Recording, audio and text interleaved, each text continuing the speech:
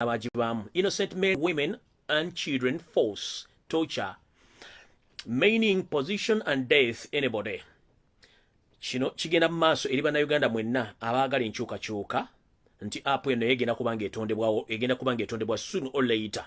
PS, donate at least £10 into UPD UDPA Limited account number 0231063003 stock SC 08/71-99 bank Standa oba Santander. App yegenda kubanga ekozesebwa mu kulondola obululu eyokubiri egenda kujja soon or later, so mubenga mukitegedde. Njala tandika n'amawulire agenda ku aga muganda waffe gempulidde wano ku mitimbagano essaawa zino. Muganda waffe Sserunkuma John Bosco agambibwa nti atiddwa mu kkomera ekitalya. Amawulire gakakutuukako mu dakiika nga 26 okuva kati, naye kyentegeddeko nti si John Bosco yekka yali mu kutulugunyizibwa oba okuttibwa.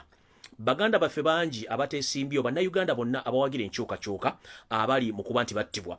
Wano wenjagalira mu ntagingire abasajja bonna ba NRM. Buli awulira nti awagira NRM, buli awulira nti mujaasi wa Uganda, buli awulira nti munnaddiini, nga muddeeyo ne mudda mu makanduula ne mutandika okwekubya emizimu egitali gya famire yammwe. Njala mu ntagingire muntu wa NRM yenna alumba omukulembeze wa NUP, alumba omuwagizi wa NUP. Bwe muba mmanyi nti Uganda yaffe, lwaki mutta bannaffe? Bwe mmanyi nti Uganda waffe, lwaki mutta bannansi? Omuntu gwe mutta talina musango olw'okuwagira ekintu si musango. Njala mutagingire banna NRM bonna basinga obungi kuno. Njala mutagingire mwami Moses Kigongo, Vice Chairperson wa NRM mu Uganda yonna. Moses Kigongo nawe nkwagala ku video eno lwaleero kubanga na information egenda okukwatako ng'omuntu. So muganda ffe John Bosco Sserunkuma ononno yatiddwa oba kigamba nti afiiridde mu kkomera ery'ekitalya gye baamutwala okumuwamba okumujja mu makaage e Nansana. His story we asoma bw'ati. Amawulire agatalinda. John Bosco killed in Chitara. Sserunkuma AK, a civilian in Nansana, Lord Councillor aspirant of the National Unity Platform Party, has reported died in the prison cell of Chitara prison. Sserunkuma waylaid from his Nansana residence on November 20th by soldiers of the Special Forces Unit, that is SFC, commanded who found him still on the night as he was having a meal. Neighbors adjusting to Sserunkuma's Nansana home saying that he was arrested around 23 hours, bundled into numberless Toyota Hiace van model, which is commonly known as drone. Sserunkuma was since then transferred to Machindi military prison, where was he interrupted for about a month before he was arraigned in the court martial in the absence of lawyers after intensified social media campaign by the NUP party support. Remanded at Chitara prison on charges of possession of military stores. He was accused of having military pimps and red berets of the National Unity Platform. His case was adjourned to January 4th, 2021. Surprisingly, he was never arraigned for trials. Sources say that he was due to be tortured and he was undergo a custody at Chitaria. Even to visit Sserunkuma, a legislated and widely prohibited, an issue that has scared his relatives and lawyers. Credible information coming as of today indicates that Sserunkuma reportedly breathed his last on 31st December, which explains why he was not produced in courts of law. Given his pronouns, his politics, Nansana state fears that the announcement of his dismissal could trigger protests. They have opted to conceal this until the elections season phased off. Kino kye tubagamba. Abaana bangi bali makomera bali mu kutulugunyizibwa bali mu kuttibwa nga bawagira enkyukakyuka ye NUP. Nabagamba nti Yosero Tabasira mutano wa Karekezi ne babbi banne bajja mu Uganda okusaanyaawo n'okutta bannayuganda. n'ekibalimi okutegeera we twogerera abaana bangi bazikibwa mu kirindi mu ntana ez'enjawulo ku mafaamu g'abaana basajja ku mataka ge babba abaana abattibwa baana baganda olwaliro nno nzija ne information tegenda kubeera bululu njagala mumpuliriza bululu bino si bimuli nkiddamu bino si bimuli tuli mu politics kubanga atakulekera naawe tomulekera information njirina ngenda gibabuulira atya ng'owulira otya va wano genda olya ebibeerengo ddema bangi wa tv onodda nga vidiyo ewedde sharinga vidiyo eno ebyokusaaga twabivuddeko bw'osirika ofa ate bw'oyogera ofa bwe tunaasirika obusirisi ne batukyunya ne until bwe tulibalating ensi eno nedda ku muzuli kweyina okuba otherwise ebintu by'okufa tulina obiteeka ku bbali kubanga buli afa tamanyi alaga genda n'olw'ensonga eyo muganda waffe ono Serunkuuma njagala obbagamba nti olwaliro mufu mulayi mufu naye nga yafa dda y'oyo muganda waffe Serunkuuma yali yesimbe ku kifo ky'obwa kansala enansana mukama amujjuludde olw'ensonga nti bano abasajja baamutta dda ne bamusirikira ne abaana bangi jjukira waliwo ne muganda waffe gwe bayita waliwo muganda waffe eyali ng'omwogezi wa nup gwe bayitanga Julius Katongole naye tetudda mukula ebimukwatako wadde okumuleeta mu kkooti okuwuliza emisango egimukwatako newankubadde Julius ono yalinamu buzibuzibu wanga munnayuganda era yali ayagala enkyukakyuka kiki ekyamutuukako abantu bangi nnyo tetukyabalaba mu society nga Museveni yabawamba n'ebitongole bikuuma bene be babuzaawo so nno bye bye tugamba buli buloga wa NRM ajja ku mutimbago n'atandika okwogera folofotto kino kibabuulira buli buloga NRM ajja ku mutindo otandika okwogera folofotto nga muli mu kuttisa abaana baffe nkimanyi mwatandise n'okukola profile nga mu profiling abantu abo babagizi ba NUP n'abakola underground wa NUP nga mbasibako amatu g'embuzo baliisengo nkiddamu buli muntu wa NRM gwe musanga ku kkubo mu kibuga Kampala ng'atambula mumubuuze ebibuuzo bino nga teboogera ku bantu NRM besse nga teboogera ku bantu SFC beewamba nga bo tebabawamba bifo nga tebannakola manyaga ge bakola ku TV okubabuzaabuza waliwo omukyala ka video kendabyo olwalira nnumbira nina mwensonyiwa dda ne munjagala njala mutaagi ngiri wano omukyala gwe bayita Nakangu yeeyita full figure nina information ya bigambo nga 3 nnyo jjategeera nti nakolako dda profile emyaka 2 emabega ne nkusiriikirira nolabika otandise okuva mu layini yo njala nkubiga bigenda kubeera 2 ne bigenda kubeera byamaanyi njabireteyo later ne mu mutaagingire yakoze n'anyiga epesa ebbi naye nakusiriikirira dda kuba manyi emizeejo buli kimu kyokola nkimanyi ne profilinga dda kati njala tandika ndooza ekigula lugindooza nkimaze probably ndooza tugende ku video entuufu bano abantu bwe mulaba baloosa nti bate ne bali mu kutya bali mu panic etabangawo we twogera baminisita bamu bagezezaako okuddusa abaana batwala mu nsi nga America ne Bungereza abaana bamiddwa visa ne famire zaabwe zimmiddwa vida abala banoonya bayita ne tebalabawo kati wenjagala obbagamba mu ntaagingeri yesu tabasira information gyesembayo okuwa ku ye njagala ebeere ng'ekigula lujinga sindagenda ku nsonga endala maze wiki namba nga nkola okunoonyereza lwaki Museveni ayogera akankara ennaku zino akanula amaaso nga tegateredde mu kiwanga ensonga zizino Museveni bwajja mu public abalaga nti mugumu nnyo era n'abalaga nti amaanyi agalina naye akimanyi bulungi nnyo nti ekigenda omukuba takimanyi y'ensonga lwaki batandise okuddusa abaana baabwe abamu baabali babafulumya dda nga ne gye bali nfunye information tibalagenda tandika okubakolako profile abaana bano ne famire ze bazireporting okudda mu Uganda gye boonoonye yabadde ku interview n'omukyalo bawa BBC wa Al Jazeera nambuuza kino kikulaga nti omumpa emboono ali mu panic Museveni njagala kukubuuza if you are not panicking ngero omanyi nti gofuga eggwanga lino ng'oli mu kutya kiki ekyakuddusizza ente ezo zijja ekisozi otuko zitwale Tanzania emuzimu ziri Congo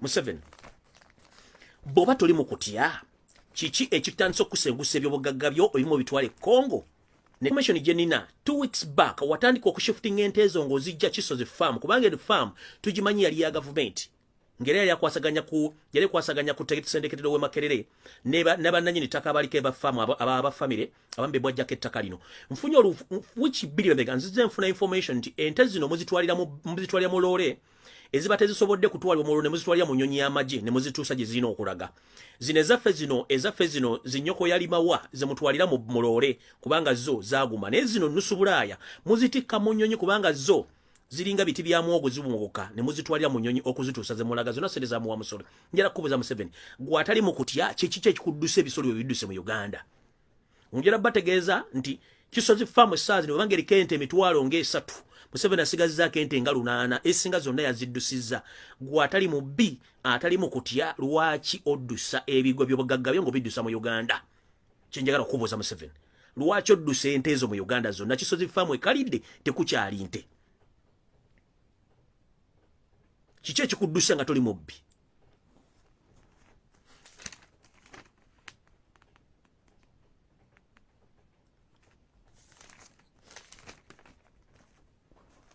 kati video etandise ekigula lugi kiwedde ntandise bwenti twabagamba wano nti ekibiina kya NRM tekisobola kufuna wadde obuwagizi obuwera ebitundu 210 mu kalulu akajja ne beebuzaabuzanga bafuka banaaba kwe kutandika okukola kye tuyita stunts mu mawulire na buli kimu nga batandika okubuzaabuza ekyabajjisa okujja ku kiserebe kya NUP n'okugenda bitundu ebirala byonna ofiisi za NUP weziri okubbayo atayazi zaffe oba ebyambalo ne mutandika n'okubba kaadi zaffe nga mulina ekintu kye mupulaninga kye tuyita political stance ze mukola okulaga public nti muna support n'abantu bakyuse njala kutegeeza bannayuganda mwenna ekintu kyonna ekikolebwa bannabyabufuzi naddala ba NRM okuparedinga abantu baabwe ne baga nti ba NUP ekyo twakimanya dda nti mugenda kikola kubanga tukimanyi lunye temulina bawagizi teri muntu asobola kujja mu NRM nga damwe kenyini temwesobola temulina nsimbi abantu bamutadde kolo ne mbetadde ebitundu biramu bwakyuse bavudde mu NUP bambi twagala mutukole bwe tuti NUP abawagizi ba NUP betulina tebasobola kukyuka aba basinga bonna bali bambega mbatusizeemu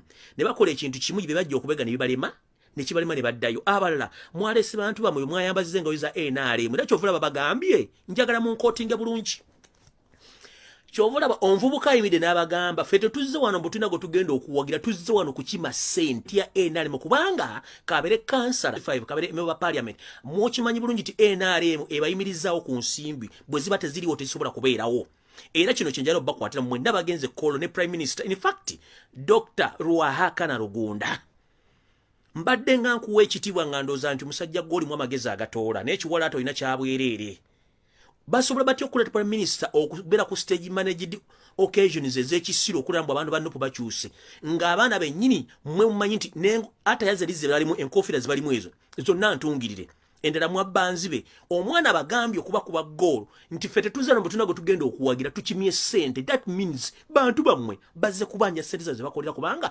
tembasasulanga stop fooling Ugandans tewali muntu ayagala nkyuka agenda kukyuka for one reason or the other njala babulirayo Museveni buli muntu ajja kulaaliyo ne baba 20 mba mbasasudde bantu ba NUP tewali muntu asasulwa bonna bajja mu love nga tebeteredde mu sente njala kubuuza gwe sente zo spendize mu campaign zino waliyo zi spendinzeko one question ekyokubiri lwaki bwo boyogera mu public ogamba nti nno gwe kennyini gwasobole gwanga lino alisobola atogulotye mundu okutandika okuchunya banna Uganda bomanyi nti go bakulembera kitegeeza tosobola gwanga eri gwango bali tolifuga kati njala bategeeza bakuzi ba NRM abo naba tumulabye kolo bantu ba NRM abali banyiga nga badduka tebagala basasula nsimbi era omwana bagambye ffe tukimye sente tetuzze kubiranu byabo kulembeze era mu kitegedde bulungi nnyo njala kugamba omwami Alhaji Moses Kigongo waliwo ennyumba yo emu eri nakasiro mu batikinga obululu ne mu Musa Court ntegedde mulimu obululu batikinga Alhaji Moses Kigongo nkumanyi oli musajja munyarwanda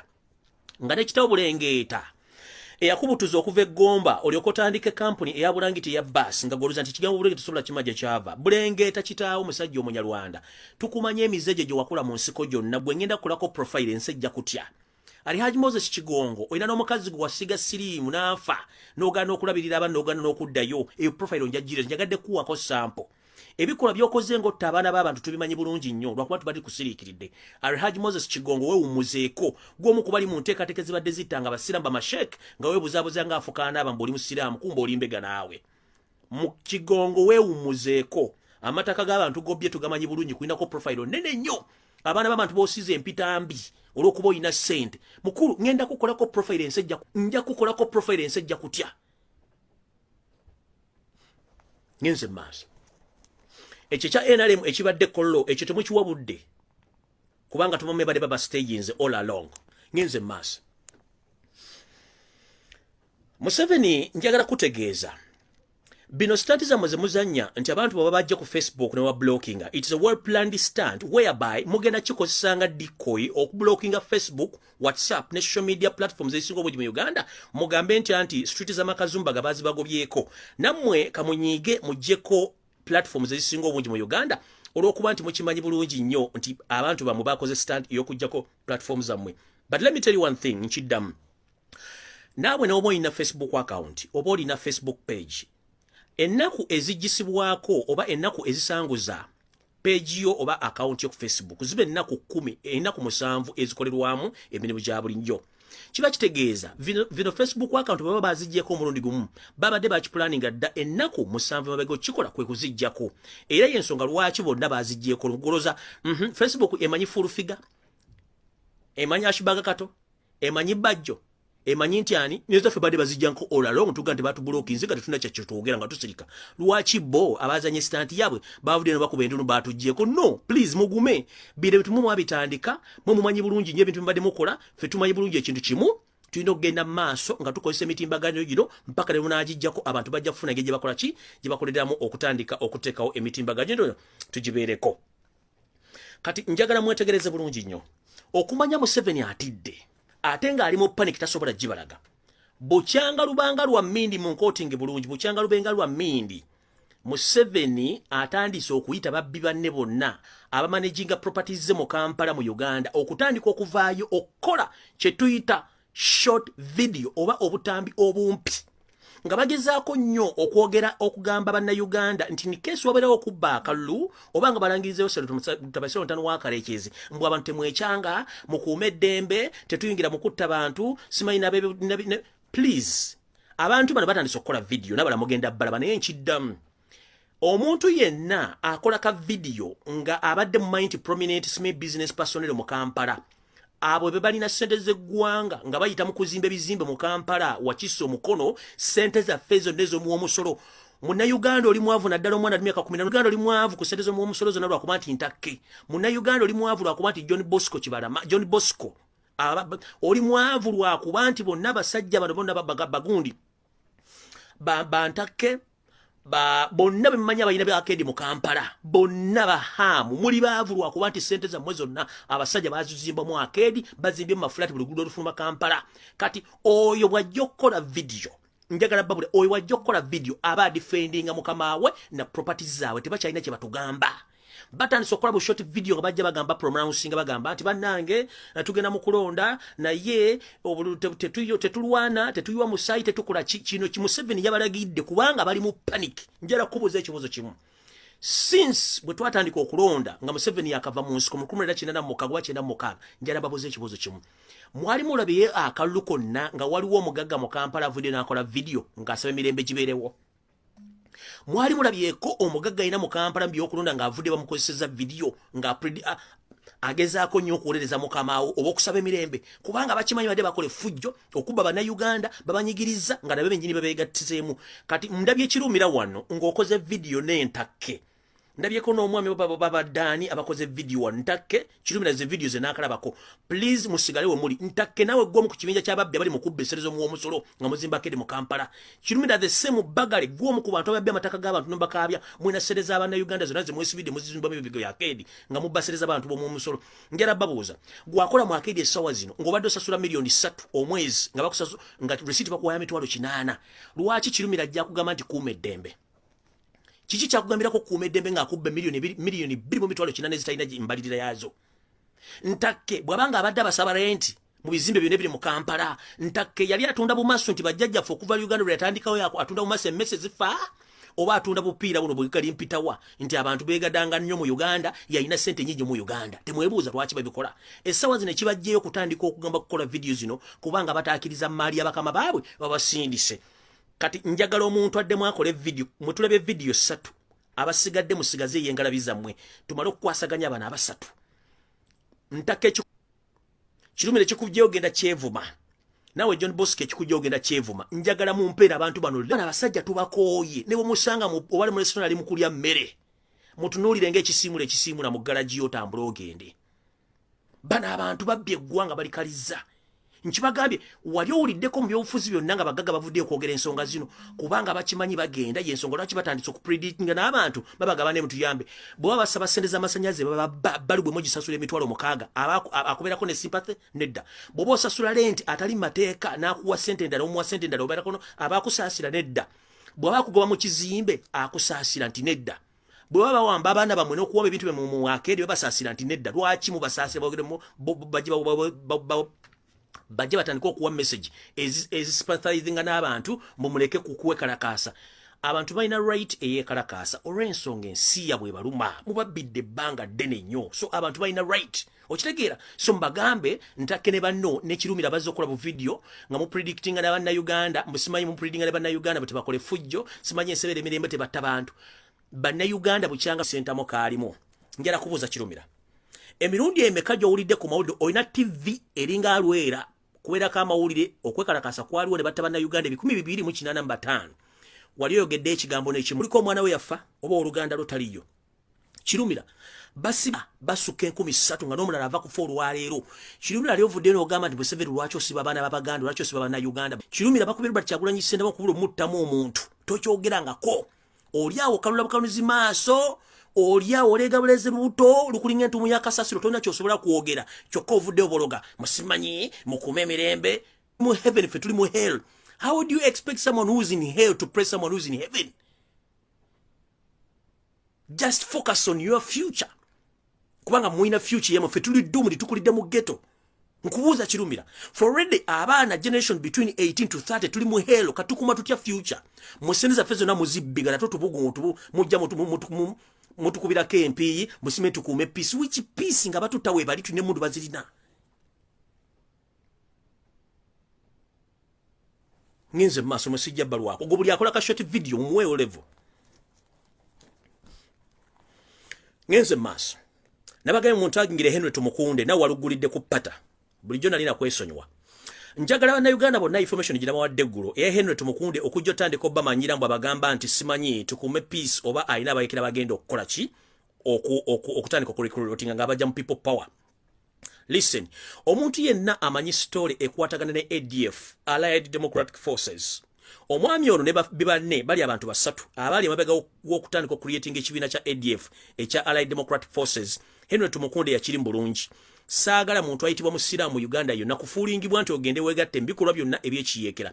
Henry Tumukunde gwe kennyini okimanyi Henry Tumukunde sejjusa ne munno amama mbabazi mwe mwali emabega okuliyetinga ekibinja kya ADF ne Museveni waako nga mukosa security agents ne security za Uganda okuliyetinga ekibinja kya ADF okubuzabuza bana Uganda bwe bafiira bw'oba oli musiraamu Uganda please we wali kintu kyonna ekigenda okuleetera okuba nti bakuyikulutinga bikolo byekiyekera njala montagingira abantu be South Africa mwenna na information eri very crucial ku Tumukunde ono n'ebikolwa ebyakoledde olunaku lwajjo mu kibuga Johannesburg ngenda kuba exposinga ngenze maaso. Era nfunye information yemu ne bantegeeza nti Museveni ne babbi banne bali mu kugaba obutimba okwetola Kampala yonna wakiso mukono naye nga mu return baagala endaga muntu baagala kono okukuba ekifaananyi n'okujjako details zonna bazisindike era still bazisindikira Electoral Commission kitegeeza njala kubuuza Senator Wasira Mutanu wa Kalekezi bwe mwali mugula obutimba buno ku ssente z'omusolo obw'ensiri sente mwazisayininga mu Bank of Uganda nga za kugula butimba in return abantu babawe nini namba in return abantu babawe voting locations in return muscanning abantu bano details zibakwatako nga ziringa gezifanagane z'okulonda kitegeeza mwabagala nini namba n'abagala obululu wammwe please mubalancing between your country and the mosquito net. Mosquito net zibabawa ziri substandard tezikola era tezijja bayamba mu kifo ky'okukuuma ne mukuuma mulondo olumu akaluka mwe government empya ekyuke muganya okutegeera mwefudde nampulira zibi nze mbagamba kimu temugana obutimba bw'abaana okubanga si babadde bababeezayo ebbanga lyonna bababbidde ebbanga ddene bakuwadde akatimba ka mutwalo gumu n'ekitundu omusajja agenda kubba obuwumbi obwandibadde bukuyamba ofuna eddagala mu ddwaliro ofuna entambula ey'obwerere ofuna amasomero ga bwerere ofuna amasannyalaze ag'obwerere na buli kimu eky'obwerere kyokka gwe owaayo nanga muntu yo ofuna akatimba ak'omutwalo gumu n'ekitundu bakutwaleko billions and billions of money muli kula ddi muterere nammwe tugende mu maaso ngenze mu maaso mukulu Simon Babakama information gitufunye okuva mu Uganda yonna ebyuma bewaleese nawe kenyini tomanyi byoperatinga ba district turning officer bonna tebamanyi byoperatinga ba polling agent bonna ba NRM mwaleese ba RDC bali kolotinga tebamanyi cooperatinga byuma bino ate n'ekisooka ebyuma tebikwatagana data ali mu polling station zaawe nnyini katwagala kubuuza Mr. Simon Babakama jonna kulaza address yo mu kyalo ne faamu yo njala kugaba ekigambo kimu akalu akawedde akabiri 16 High Court eretulibwako abalamuzi abenkana mbakugamba oba bagamba Parliament ya Uganda ebanda byabufuzi temugeza okwetaba mukalulu konna akagenda okuddako nga temumaze kutereza bintu bigenda kudda mu kulonda kituyita electoral reforms mwagaana okukkiriza ku electoral reforms ekyo kyavuddeko emivuyo gino gyonna gye mulaba nti ekitongole ky'ebyokwerinda kyeyingiza direct mukalulu kano okuba nti military n'amagye gatekinze over era nga SFC yetwala ebyokulonda so si electoral commission ono Simon Babakama mwatunulira natandika okumegerera ng'omusajja omukulu gwe babikuliddeko natandika okumegerera gy'obeera nti taasulewo ng'ate ekimumegereza kiyinza n'obutotwala ddala dakika 2 okuba ng'avudde mu game. Simon Babakama njala kubuuza ekibuuzo kimu mukama wange. Teeka ki mu ssemateeka wa Uganda era mu reforms ez'ebyokulonda erikulagira okuleeta biometric scans okuziteeka mu byokulonda mu Uganda? Njagala okwate bannayuganda olunaku lw'enkya Monday osome constitution ne electoral reforms zonna eziri mu ssemateeka wa Uganda obulire public kawakati lwaki oba kawaayiro ki mu constitution mu baateeka etteeka nti okulonda kuyina kukozesebwa ebyuma bikalimagezi bino embiwaleese okutandika obigaba okubuzaabuza bannayuganda kubanga ebimu bifu. Gwe kenyini you can't operate these machines. How dare you send these machines deep in villages for people whom you know exactly that they are not well informed about the electoral process? Mister, please, tomorrow is Monday. Come out gently, explain to the entire public or to all Ugandans in which article of the Constitution you used to purchase all these biometric scans which are going to be used in elections 2021. Those are 4 days from now. So tomorrow is Monday. Publicly, please come out and tell the public in which article of the Constitution or in which electoral forms through the parliament you have used to purchase and use biometric be used in elections, unless you have some tricks behind these machines. But if not so, you are going to face the courts of law. You as you yourself. Senator Tabasiro will be in the State House running, packing all his luggages back to Rwanda. For you will be under the what? You'll be under arrest and you answer all the questions. Ngenze mass. Ngenze mass. Kati wengende ku mukulu tumukunde mu muntu agingire wano. N'abantu be South Africa kino kyonna bwenjogera ku kintu kya South Africa njagala kitegeeza banda Uganda mwenna naddala abaana mwenna abalenzi abali ku myaka 16 mpaka ku myaka 3 kino ekyengenda okwogera kibakakatako ng'oli mwana muwala oli mwana mulenzi oli myaka 18 mpaka ku myaka 3 kino kibakwatako ne mainly eno message egenda mu South Africa gye najje obujulizi buno. Jona bagambye nti Henry Tumukunde yakwasiddwa ebitabo ebimyufu byagenda okuwandiikiramu abaana basuubira okuteeka mu buyeekera obwekimpatiira babateeke mu bitundu Masaka, Bukakata, Sese, Biji, Mukono bino bateeke ebibinja byabayeekera male babisaplayinga buli kimu bamale basindika amagye gajiga bakwate gabakube gabatire okukendeza n'abaana basajja Baganda n'abaana Baganda. Kati Henry Tumukunde ensobi gye wakoze nabagamba mmwe intelligence yemwe gye mbadde nayo ebadde yaki yabadde ya analog tulina intelligence ya digital. Mukulu Henry Tumukunde njala kugamba nti olunaku lwajjo wasindika information inegera mu South Africa ne ba agent bo okutandika okulikulutinga banna Uganda abasangibwa mu South Africa ng'okozesa abasiraamu bano wammanga agent bo mu meeting eyabadde mu South Africa gye wategese ng'era bwe bagitegese babadde bantu bo be watadde mu kitundu kino wammanga. Meeting eno yabadde mu kintu kye bayita Fordburg mu Johannesburg ku restaurant eyitibwa Bismillah restaurant mu Johannesburg. Nkikuddamu General Henry Tumukunde wasindise ba agent bo mu South Africa mu kitundu ekiyitibwa Fordburg mu Johannesburg ku restaurant gye bayita Bismillah mu South Africa ng'okozesa ba agent bo abaliyo okulira abaana banna Uganda okusinga abaana abasiraamu ng'ate banna Uganda abasanga mu ggwanga lya South Africa okutandika obbali ku luutinga mu bikolwa ebyekiyeekera. Mu bantu bano ababadde ba agent babadde mu meeting eno mu South Africa mubaddemu abantu bano wammanga buli abadde mu meeting eno ngenda kwogera ojja kitegeera. Mu meeting eno mwabaddemu Seeka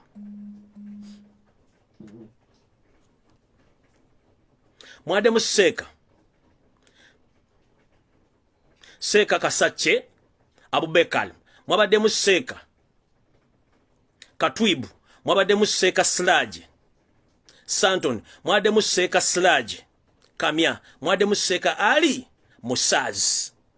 Abantu bano ba agent bo mu South Africa ba agent bo bano bajidde ba agent bo bazze mwaddemu n'aba Ethiopia babiri nendoza nga balina akakwate ku ggwanga lya Uganda nga bwe bagamba nti Uganda yagawodde endagamuntu eri abasumali n'aba Ethiopia. Mu meeting eno babaddemu aba Ethiopia babiri wepo n'abasumali babiri abadde mu meeting eno gye wasindise ba agent bo bano abawera 5. In fact bali 5. Seeka Kasacha Abubekal, Seka Katwibu, waliwo Seka Sludge Santoni, Seka Sludge Kamya ne Seka Ali Sozi. Bano bonna kingambiwa nti abantu bano bonna bali mu South Africa ninga bakolya government y'ompebeso tulabasira mutano wakalekizi okuba nti bateeka akatego mu baana bali mu South Africa okuba recruiting mu bikolwa eby'obuyekera. Nkugamya mu meeting eno mwabaddemu aba Ethiopia babiri n'abasomali babiri. Ne mu meeting eno bade bagenda maaso okugezaako okunoonya abaana Abaganda naddala nga basiramu bagenda okuteeka mu bikolwa by'obuyekera. Nkiddamu Tumukunde main target ye libweti yakukendeza abaana Baganda nga mwagikoze mu meeting kiddamu mu meeting bwade mu state house ne Mwanyoko ne muga mukendeza mute namba y'abaana Baganda nga akaluka maze okugobanga mugina kiremega kalwa kacha nti bakabbi meeting najibulide bana Uganda babuli kibi bateseza kati kuzino n'olulala wawandikirako Penge n'omugamba atandika okkola obukundi jajja Penge ndoza ku video no julira bulungi nnyo wokubirako Penge n'omugamba nti yagala abere agent wo era atandika okunoonyeza abavubuka abesimbu batandika okukola obubinja naye nga akabinja ako tebategera liida waako kumbe nawe wali omusika eriyo omuzeegwo ogw'obuyekera Tumukunde oludde ng'ogutambuze naye nga abantu bakutegeera nja kukugira profile ya ADF ne babbi banno bonna ngenda kukolako profile olwaleero n'enkya nnyinza okujja kino kyenkola si kino ntaasa bannayuganda bano abasajja babadde n'obukodyo bw'okuttira mu bannayuganda naddala abaana Baganda nga temumanyi nze siri wano nti nwanyisa muntu yenna kubeera na sente ze wabula nwanyisa kuba savinga kubateeka kubajja mu bulabe mu 7 ne bane bade bakola emyaka gyonna nga temumanyi nze ndi kibuuka kubabuusa kubanga nabaganze siri buloga nze ndi messenger atuusa obubaka gye muli abwagala butwale abatabwagala bulekaawo naye kikutuka mu amaze okugamba nze omusango gwange Allah subhanahu wa ta'ala Katonda mbasigulina mbantusiza obubaka nga malayika Gabriel bwe yabaleetera obubaka ne babulira nti ensi egenda kubeera bweti abasigadde mwawulira abatawulira temwawulira yensonga lwaki abasinga bagendezera ku mwanange bwentyo nno bwe nzijja bagamba obubaka muno mulowooze nti byakuniina oba byakusiika mbinyomo naye kinaava mu yebiraka munakitegeera. Omwami ono mu meeting eni yatuddemu ng'amaze okuwa bano basheeka be ebiragiro by'okulutinga abaana ba South Africa Baganda nga basiraamu mu meeting eno mwabaddemu Abasomali n'aba Ethiopia. Bwe bamaze okuteesateesa enteekateeka zino abaana ba Ethiopia bana babiri bagambye bamasheeka bano ne babagamba please for us we are not going to participate and we are not interested in such acts of war against Uganda and Ugandans. Nkiddamu. The two participants of the Ethiopia origin in these meetings, they said that they are not going to participate and accept such acts of waging a war against their fellow countrymen, Ugandans, and they are not buying this mission. So these people, immediately after denying or after saying that they are not interested in this meeting or mission, the night after that meeting, all these two Ethiopian gentlemen, they were killed on spot. Nkiddamu. Olukungaana luno, Tumukunde lwe yasindise ba agenti by'okulikulutinga abaana South Africa. Mwabaddemu aba Ethiopia babiri n'Abasomali babiri. Naye nabagamba nti aba Ethiopia n'Abasomali balina endagamuntu ne naye aba Ethiopia bano bagambye nti bannange mutuyise mu meeting ne tetugenda kukkiriza bikolwa byakwetaba mu bikolwa bya buyeekera kuyeekera ggwanga na kutta bannayuganda mu bintu by'ekisiru. Abasomali bote banyize basirise naye nga Abasomali bano information gyenfunye nti bali related ku Salimu Sale Jeno Salimu Sale nga bali related ku ye bano baba Ethiopia ndoza bakirabe nga tebalina budde bagenda kumala kuliwa musayigo bana Uganda ne bakivaamu naye meeting olwawedde bana ba Ethiopia tebasuze babatidde wa babiri kuba kutta oba akwefuulira ku last bana abana baganye mission aba Ethiopia babiri mu meeting eno tebalususe babase. Ngenze maaso njala kubuuza ekibuuzo kimu General Tumukunde ebbanga lyemmaze mbuyinza temufunanga ebyo babaleeta ebbanga lyemmaze mbuyinza omusayigo muye tegumala ebbanga lyemmaze mbuyinza temulaba nti ebyobufuzi bye mwajjirako byakyuka ebbanga lyemmaze mbuyinza temulabira engoma n'ozina eri tumwine Tumukunde ebibuuzo bye mwatulanga ebya junior temula nti kati abantu basoma okuva ku P1 mpaka ku senior 6 nga n'ebibuuzo batula bingi okusinzira ku byammwe mwe temufuna idea nti ensi ekyuka eri Tumukunde embeera gye walimu nga wakava mu nsiko y'embeera gy'olimu mwasulanga mbusisira kati musula mu gulofa mwavuganga gogolo kati muvuga zi V8 mwali temulinyangako nnyonyi kati mulina private jets. Mwali mulya kawunga na bijanjalo kati mulya chips and chicken, pizza na biki ebirala. Mwe temulaba kumeza nga basajja bakulu ne mulowooza nti ensi ekyuka n'ebyobufuzi birina okukyuka. Ebyobufuzi ebiriwo kati bya mutwe kye tuyita ideology. If you lack ideology, that means if you lack ideology, that means you can't participate in any active politics right now. We need ideas, but not guns. All these awkward system of old politics using force and guns doesn't work anymore. We need to use ideologies so that we can convince voters to vote us in the offices. If not so, and you can't manage the current situation of the new generation, please mumuzengalabiza with immediate effect. Otherwise, eno system yokuwamba banda Uganda kubanga balina ideology ekyuse gwanga mugikomye, system yokutta abantu nga mbateeka mbikolo ekiyekere by'ekisiru mugikomye, system yokubuzabuza banda Uganda nga mbafuula basiru mugikomye, system yokubba eggwanga gyobera nti mwe bakabe batondera eggwanga ne mugikomye, system yokubanga mulina obuyinza obusukkulumye nga musinga ne Katonda mugikomye, kubanga eno ensi kubo tuyitako buyisi okutali nnyiniryo n'enkya nawo ogivaako nange ngivaako ne banda Uganda balina obuyinza obusigala mu nsi dani okuttibwa. Muganda Fesero nkoma muso olwaliro bagaya fanga 3 mu December. Kitegeeza abaana bangi nnyo bafudde makomera nga gye bali. Ngenze maaso sijja baluwesa. Ne tumukunde jala kubuza ekibuzo kimu. Lwaki the main target of you guys, mostly the Rwandese who camouflaged to be the Banyankole, hate Baganda, and all these dead missions that involved your Baganda. You are recruiting Baganda in kill them. The meeting you had with your sister, Janet Kembabas, all your focus on your target was Baganda, boys and girls of the age between 16 to 30. Why? Why don't you recruit your families in these acts? We are tired of your nonsense. Tukoya abana bafokufa. Mulina families zamwe, muzadde, mukwanye, mugende, muleta Abanyarwanda basigale Rwanda, baba Rwanda entalo zamwe muve ku bana Baganda. Muve kuba Lugwala, muve kuba Soga, muve kuba Nyolo, muve ku buli kimu. Bino ebintu mukola tubikoye. Mwe target ya buli kaseera ya Muganda.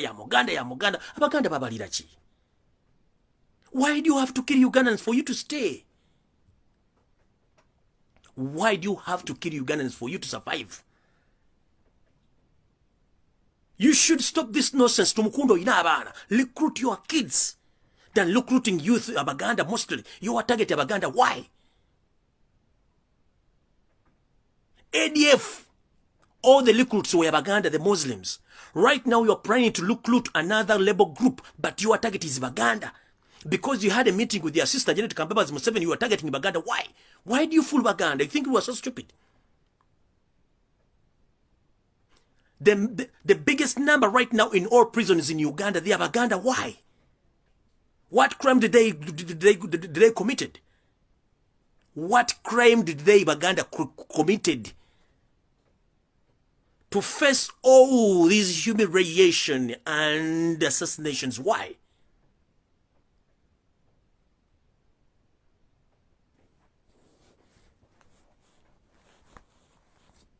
Tumukunde wewe muzeeko. Bwe natandika okukolako profile eyombi nnyo. Ebikolwa by'olina, ebikolwa by'watandise bikyamu nnyo. Ekizibu kye mulina mu basajja mu muli ekizibu kimu. Mwe mulowooza bajjajjaffe entegera yaabwe yekyali emu ne bakitaffe. Era mulowooza nti bakitaffe entegera yaabwe yekyali emu eyaffe endala nnyo. Tumukunde ngenda kulaga n'essimu gye wakubidde Janet nagitegedde. Wenzija wano. Tumukunde ngenda kulaga n'essimu gye wakubidde Janet yesterday after the meeting ngamaze okuba exposinga nagitegedde ngenze maaso. Kati njagala muntu yenna ayitibwa Muganda na kino kankiddemu. Mwenna abaana ng'omanyi nti oli mwana munna Uganda enzalo ya Uganda. Ezo training ze mbadde mugendangako ekyankwanzi partly nga mugenda mbibinja. Bagenda bakozesa mu label activities to defend Museveni's regime. But thereafter you are going to be killed in Chidam. Whoever think that is going to be taken to Chankwanzi for political ideologies, please, you are going to be recruited again back into labor activities, thinking that some of the officials in the government, they are trying to overthrow Museveni's government, but you are going to be used as a bait. you are going to be killed for nothing. Museveni is using you for his personal benefits and his mafias. Nchidam. Mwenna abaana n'abagenze kola olwaliro bebagambye bamba ambasaasidde munnange mugenda kufa.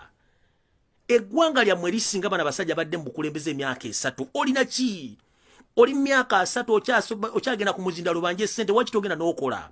Oyina emyaka 4 okyagenda baga nti nakyuse navudde mu nnupu lwaki togenda n'okola. Museveni talina mulimu gwagenda kuwa. Abaana basomera mu America mukazi wa azalira mu Bungereza jene temu bagenda omukola amanya gakolera Bungereza eddwaliro ne babuulira. Jene ta shoppinga mu Uganda, shoppinga Dubai, shoppinga Malaysia, Hong Kong, shoppinga mu America. Goyamba danda we yemwe mu n'ekituli. Oyamba denga temu myaka 7. Toyina wadde akagali mu lujja emyaka gikugwako. Mind about your age, please.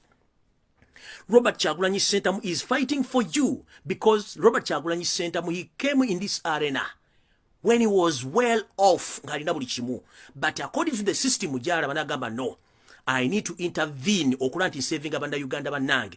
But you are betraying the nation, you are betraying yourself. You are not betraying Robert Kyagulanyi Ssentamu, you are betraying yourself. Of 1 year up to 45 years oba tokyakola application kusambuli munchiddamu. Okuva ku mwaka gumu nnyoko wakulabirira n'akusomesa oba omaze senior 4 oba senior 6 oba ku degree. Bw'omalira degree obeera myaka ogenda myaka 27. Bw'otunuulira emyaka gy'obosigaziza ku nsi oyinza okunoonyeza emirimu gavumenti ya Museveni okumala emyaka 15 ng'onoonya mulimu gigatte ku 27 oyina emyaka 4. Kitegeeza ne bw'onookola ng'ofuna emitwalo 18 oba 2 ogenda kuyingira emyaka 5. Myaka 5 bate bakyakola application kunoonya mulimu. Why don't you wake up, please? Why don't you wake up? Mutunulire emyaka jammwe nga bw'otunulira kalenda tulwaliro January tugenda kunywa mu December. Bwe mba mutunulira emyaka jammwe. For us we are approaching 40s. Ne generation yaffe eri doomed. Tutunulidde abaana baffe nabo generation bebeera ngeri doomed. Please focus and mind about your age. You are aging every day passes. Notunye omwana omuwala mu kifo ky'ogenda okufumbirwa olwa n'agenda n'akola ebintu ebirala. Ali awo Museveni oye simabiki ne oli tosina de sente zigula pads. Tona de sente zikola dreads. Tolina wadde sente zigenda okulya ekyemisana otambula n'ekyokukola tokirina. Newoza Museveni oye afugidde emyaka 4 n'ekitabu ya mufuga tolina kyakola oli ogamba Museveni oye. Sente za mwezi onna bazirina bazitadde mu bitanda wansi ziri mu sofa set. Abaana babe bagenda bali akamakolo. Omwana wa muhooza avuga V8 otambuza bigere kunda kokera kulinya taxi nga nezinya taxi tozirina. Omwana katemba abaana balugunda bonna bali Bulaaya bayononeka bali babisiyaga. Abaana balugunda bali mu America bavuga zi V8. Omwana wa lugunda omwa kuyisa okubulira mu meeting eyo ayine ekiwunyo muzigo gwa mitwalo 10. But you are praising Museveni. Omwana Mozi Kigongo yatwala Musa Coats yali amanga Uganda hotels. Musa Kigongo avuga V8 ayina abakazi 32 ayina abaana 8 buli mwana ayina poloti n'ettaka. Buli mwana avuga emmotoka ekitononyi abukadde 30. Kigongo yakugamba keep peace. Ayina hotel esukka mukaga mu Uganda ayina amataka acres ne acres oyina ki? Olina ki if I may ask you olina? Wake up before it's too late. Kyagulanyi, you don't betray Kyagulanyi, you are betraying yourself. Look back over your shoulders. Calculate your age as if you are calculating the calculator from 1st January up to 31st December. Please focus. But when Mugambo 7 Mukunde, they have already secured their future. How dare you go to save your future? Go supporting about government Yakasatu Mutanga Bajimazewo. Oli mwana mato sobola gula pali mbu Museveni abeerewo. Oli mwana mulesona dakagali mu lujosula muzigu gwa mitwalo 10 kuli yokusasula Museveni abeewo. T-shirt zobera mweza endale muzobera muzo ina choke chobaga choina ka TV echobaga choina mu nyumba. Mufaliso gwa inchi 3 n'obutanda buno banko. Oyine ka TV kana ko olubuto olinganga olwagundi olwani olwa Salimu Saleko olinawo ne kalimoti mu bugagga bolina. Nganira ndodi msada ko sente. What went wrong? Bazadde babayina senega bayine mwanyi. Ask soko buze bannamwe myaka 3 Museveni gatanda ja bazali bali bakola mirimu ki.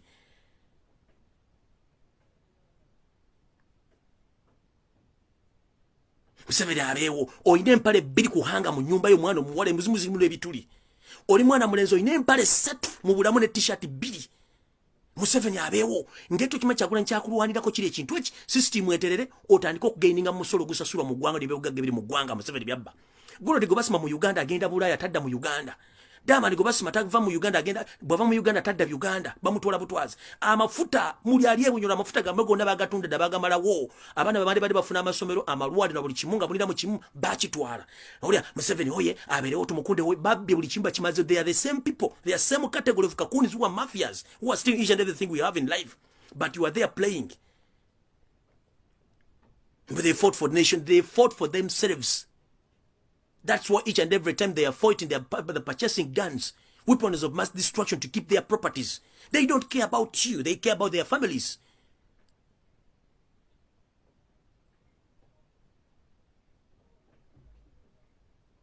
They don't care about you. You are not among their families. They just use as a condom. Thereafter, they throw it in the bucket. You should put your minds together and you think before you die. Calculate your age as if you are calculating the calendar. That the year begins on 1st December, ends on 31st December. That is a full year. Ngenze mass.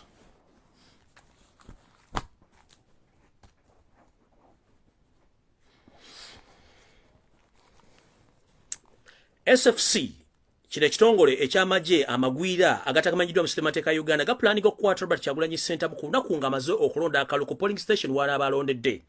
Ensonga bakwata Robert Kyagulanyi Center mbagamba tebasobola musibira mu komera olw'ensonga kisobola okuleeta chaos. Ne bamusibira mu makage kijja kuba kikola amakulu. Ekirala bamanyi nti Robert Kyagulanyi Center mu balo okulonda akalu n'abakuba sirik n'avalishinga n'atalabikako kijja baletera panic n'akatengo kuba tebamanyi waali tebamanyi kyagenda kuzzaako. So njala kutegeeza SFC n'ebitongole byonna ebikumi by'eggwanga ndowooza obutaleeta kasambattuko mu ggwanga nga bwe mukirowooza mwe kennyini mu pulaninga okuleeta kasambattuko kuba n'amagye mpuliddeko nti abantu bano batambula mu Kampala mu bitundu bye nga bataaya tebalina kyakulya de ssente ezigula amagala eddiba tebazirina be mwalese mu ggwanga bano bagenda tufuukira ekizibu kati nga temwagala buzibu n'enseefu n'akatabankunga n'ebivudde mukulu tebannabirangirira mukulu SFC agikulira mukulu w'omukulu w'eggwanga oba mutabani w'omukulu w'eggwanga oba ankowo ekikula kyemugenda okukola ku lunaku mugenda kukwata Kyagulanyi amaze okulonda ko mu kipulaani nga tukimanyi bulungi nnyo ne permanent lockdown mutandika okugana abantu okugenda okulonda ku polling station n'ovuyo mu planning ku polling station countrywide mwatandise dde okukwata abaana ba NUP mwatandise dde okulyetinga ebinja ku polling stations ebigenda okujja kukyankalanya n'ekirala nkiddamu omuntu yena ajja ku polling station please zip up your mouth, don't discuss any political issue at the polling station. I've got reliable information that on the polling day on 14th, very early in the morning, NRM and ISO and SMY, they are planning to plant their agents into all people who have come to vote on that day. But in the process, these people are going to be conversing with the voters to know your ideas and what next if NRM leads the elections. So in the process of conversing, please mind your words.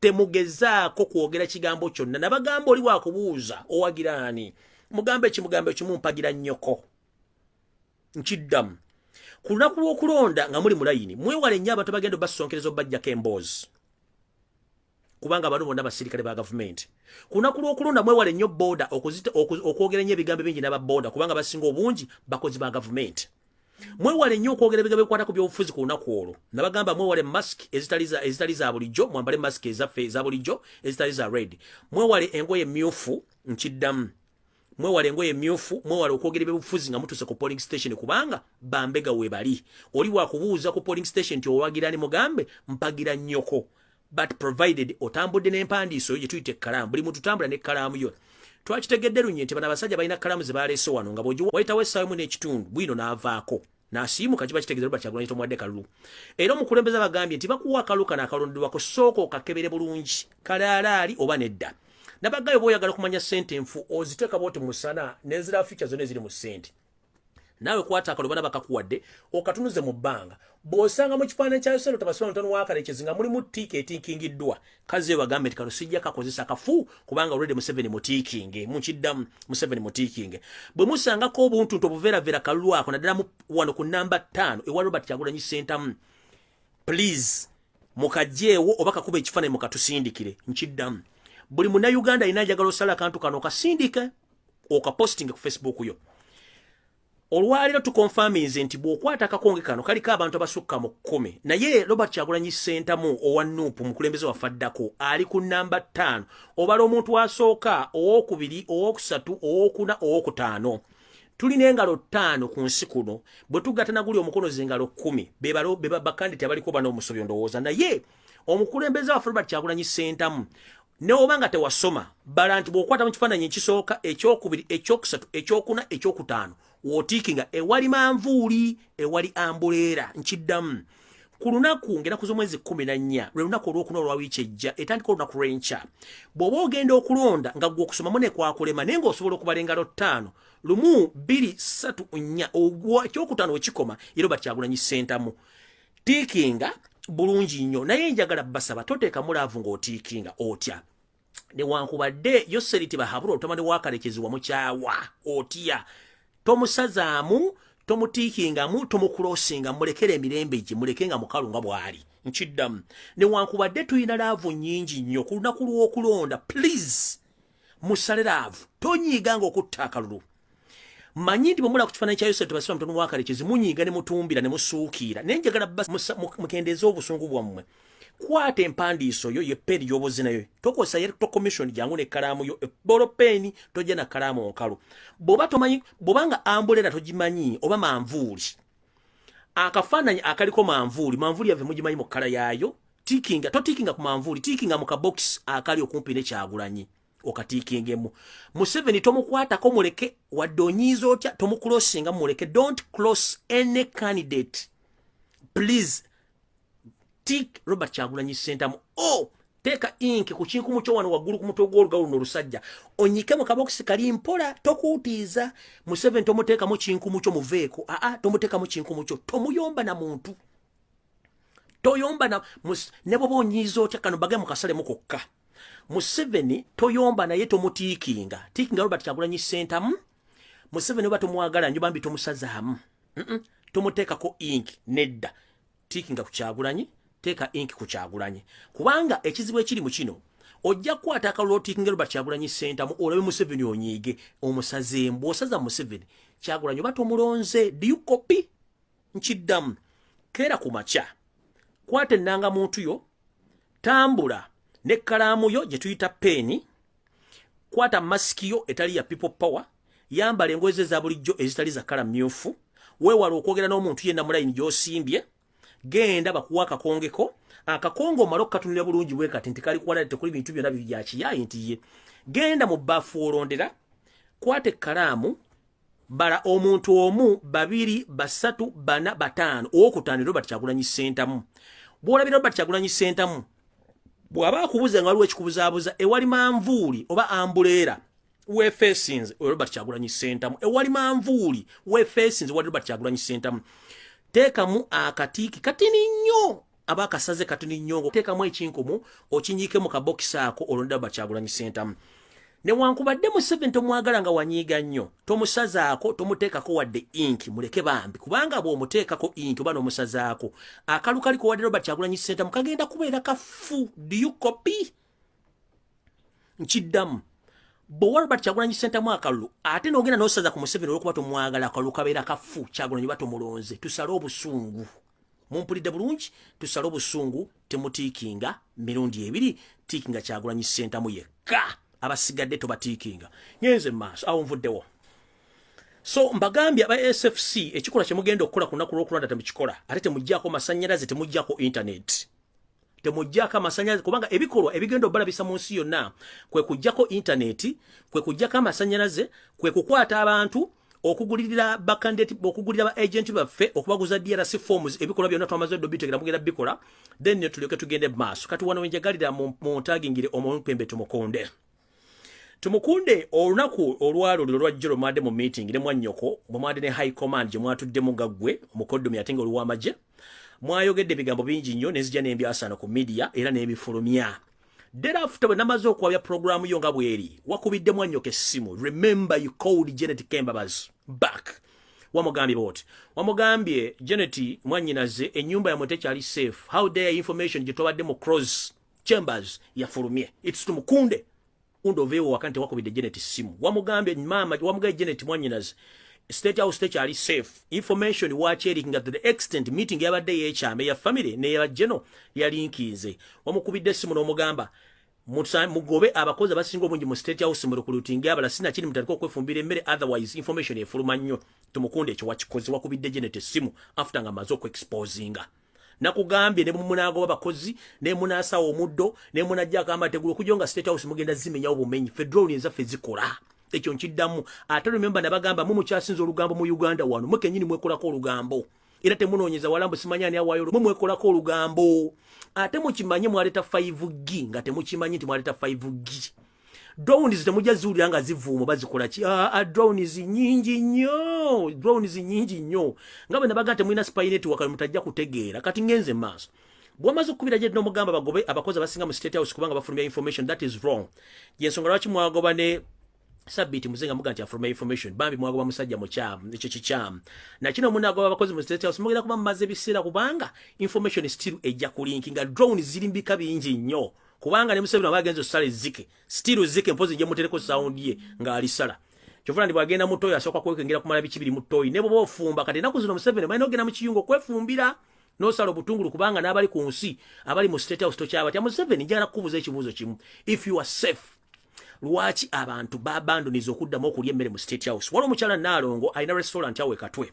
okulira n'olubiri yabadde afumba emmere mu State House eriisa abagenyi bo bonna ennaku zino emmere yakudibiri abantu bakyalya emmere mu State House bagivaako era agenda asembye okufuna ku drone zange Nalongo contract mugenda gimujjako kubanga abantu bakyalya emmere mu State House kubanga tebasobola kulya emmere nga mulimu obutemu abantu najja mu State House n'abeerawo ewiiki 2 n'afa Nalongo mwanga contract mugenda gimujjako kubanga emmere abantu bakyagira nobody is going to eat in the State House anymore kubanga buli anajja okulya emmere mu State House ajja kuddayo nga afudde so Nalongo mujjako contract ya bwerere emmere mu mwenyini mu abantu obutwa mukimanyi bulungi nnyo kati ezo diru zigenda kuba zibafa ne mugamba mugenda goba bakozi mumala biseera kati njala kuwulira tumukunde wagambye Janet bagoba bakozi mu State House mu information efuluma n'omugamba information efuluma nnyo era gundi teri safe house n'omugamba boti wamugambye how far at the mission of arresting this boy called Lumbuye Fred AK Chemical Ali.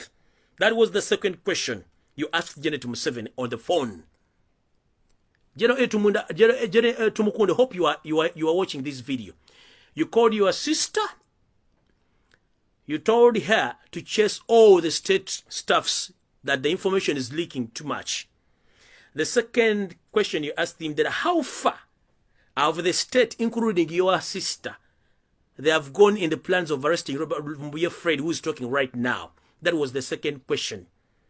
Janet told you, or Janet informed you that we've tried all our level best to send our troops or our agents to arrest Lumbuye, but we've failed, including Chesty Kaka and the other people who went away with a huge amount of money in dollars. They failed to get me. I told you one thing, you can't get me. Know that you can't get me.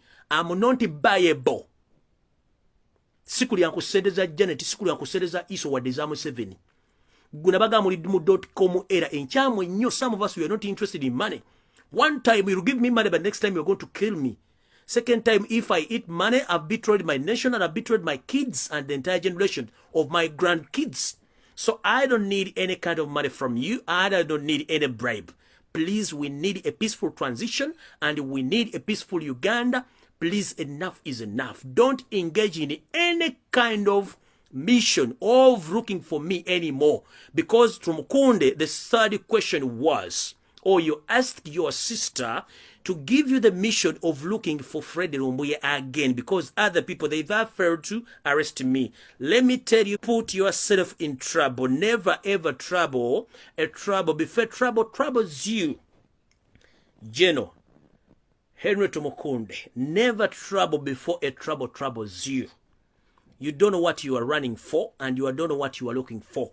You ask for the mission to look for me. Remember, you are still a presidential candidate. You are the manga people who are going to be arrested soon or later on international grounds. Be very careful when you are asking for what you can't manage. What's a mission in a joke? Naye ngenda kukolako profile before nga tonali nyanyonyi kujja. Don't send any agent. nagamba Museveni linnya gwe kenyine nyonyo J1 boba oli ngo olino musajja olino obulimo abo bubiri Museveni linnya nyonyo J1 ne kugamba gwe Janet nawo muguwe ensimbu linnya nyonyo J1 ononyi ne mbaga mutabani wa J1 nyonya nonyi temusindika muntu kubanga nabaga mu missioniza mweze mulina nabantu bamwe bonna tusobola bategera nti ono mbega yazejjo mwasamirira mulinga obugege obukalu bwasamiridde ku mudaala mulina amaalo mulinga zino mulinga ddole z'ebyayi kubanga ojimanyi nti eno ddole figa zammwe ziryawo ziringa ensawo za pambe zitonyemu enkuba ziryawo tangu bakutegeera ale ne bano bemusindika ba agent bangu bakula bakatwala bambe babadde wano wiki namba balinze Lumbuye ku street wiki namba is nowhere to be seen yabalaba abalaba wiki namba bali wano bakazi batu n'abasajja batu bali mu hoteli bakera bawa bali mu bawa cholo baba bawa emigaati bali mu kulya chips and chicken balinda Lumbuye tebamulaba temujja kundaba unless nze atobalaba nze mbidi ndi peaceful obonoonya sira buzibu but I told you to mukunde don't ever try to ask for this information for this mission tojja gisobola kubanze ndagamba I will become a hero or I will become a hero omwagala kutwala Uganda omwajje kuwa naawulire nja kufuuka omujulize nja kufuuka saint either muhozi gw'obojjano nkumalirize lumusikuddam Janet oba gw'obojjano nkumalirize mutusikuddamu gwe kanyigwono musajja yenyini Museveni gwe situko jwano nja kunyiga obulima nawe ojja kutegeera ffe tuli bakoowu nnyo kati gwe tumukunde musajja wattu olubuto olukuvuga obugala bijobera nti onywa kwete gwe nawe mbubasa mission John mission mubadde mufuga bali baddandala gwe nawe giri nnyo jje wano nze nja kufuuka hero nja kufuuka saint on behalf of Uganda to save them gwe giri nnyo jje wano omulimu gwe mukago Michael tulugunya abanda Uganda bateka makomera nothing common sense zero think capacity zero management is zero development is zero ne mu public can't address the public mwogeranga bagenda okufumbira you know for us we fought for this nation we went we purchased guns we went into bush we fought to Afghanistan. Now we have money, we can use each and everybody to get what we want. Motherfucker, you can't fool Ugandans for 40 years. That is impossible. You either go to hell or you leave Uganda in pieces. You think people are dying in Uganda, they are dying for nothing. They have been fighting for their nation. You said that you went to Bush to fight for who? You went to fight for your future. You've got your future, now vacate the nation. But you are there planning to destabilize the nation because for you, you are interested in getting money and destroying our nation. You think you are going to be there seated looking. Never ever fall before fall falls you. Manyi isomu wandike bigawo bino biri recording ambiddamu ne mukoti nja biddamu. I'm fighting for my future. I'm fighting for the future of my grandkids. And I'm fighting for my fellow Ugandans who can't speak. You've intimidated each and every Ugandan. Some are in the Nigerians rotting. Some have been, they can't speak. For us who can speak, let us speak. Some families, the same family, pretending that they're in no position, but at the same time they're acting at night, they're there with the family. Please, stop fooling Ugandans. Never ever fall before fall falls you. We are tired and exhausted of all the tricks of fooling Ugandans. We are tired. The entire generation is yearning for change. You are keeping on purchasing guns and importing foreign agencies or foreign forces to protect your properties. Whom are you fooling?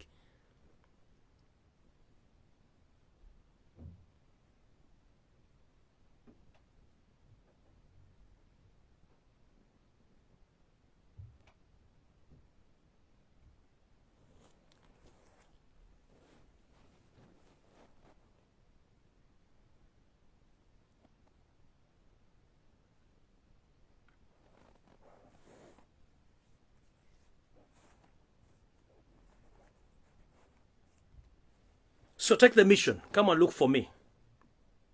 Nabagamba nze bintu byenda mu nsi bigwera mu kavera kana akasiringi 5 sina kyemfirwa sina akedi sina somero sina ki bigwera mu kavera kanu swebi 5 and I'm ready to defend my nation, my country on behalf of all Ugandans.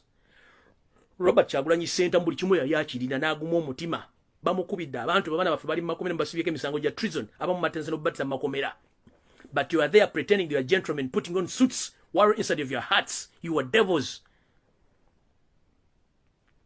mugende mu church ne musambu mukama yebazibwe wayiro mulesa abana babandi nga bali mubakubi empiso z'obuntu wa mubawadde obutwali mukulya bali mukufa nino ogamba mu praise the Lord mukama yebazibwe mwambadde sapule eddini mwagifula kyekwaso ninga muli basajja batemba vampire gwe bakambuli n'ofuluuta n'ozaala abana bali mukulya chips bana bali mukuvunda bali bakuba emboko buli lunaku babakeza ku parade.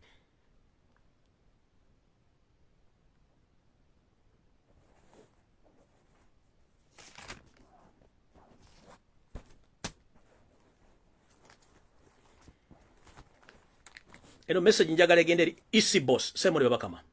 Simon Babakama njagala bakutaage ng'ojja wano lwaleero. Wagenze mu State House olunaku lwajjo ku ssaawa 8 okutumu mbada mu meeting paka saa 10 ez'olweggulo. Mumpulirize bulungi nnyo. Nakano njagala mukasale mukasindikire Simon Babakama.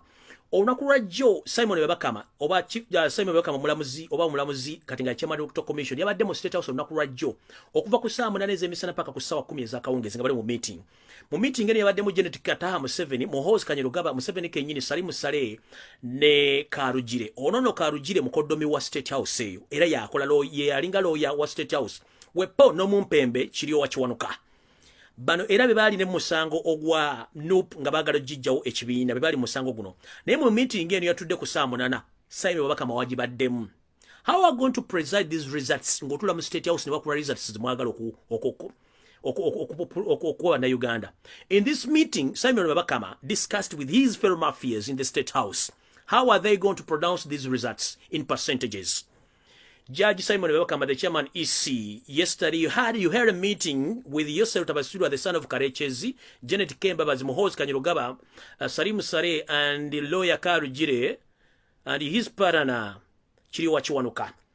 You discussed a lot of issues, but the issues which you discussed on was the percentages you're going to announce during the announcement of the winner of the elections to come to the 21. So, Mr. Simon Babakama, come and lie to the public that you didn't attend this meeting. In this meeting, you discussed about the percentage you are going to announce on 14th or on 15th. Each and every participant who attended that meeting had his own percentage of which they want you to pronounce or to give to yourself Tabasirwa, the son of Kareches. 1.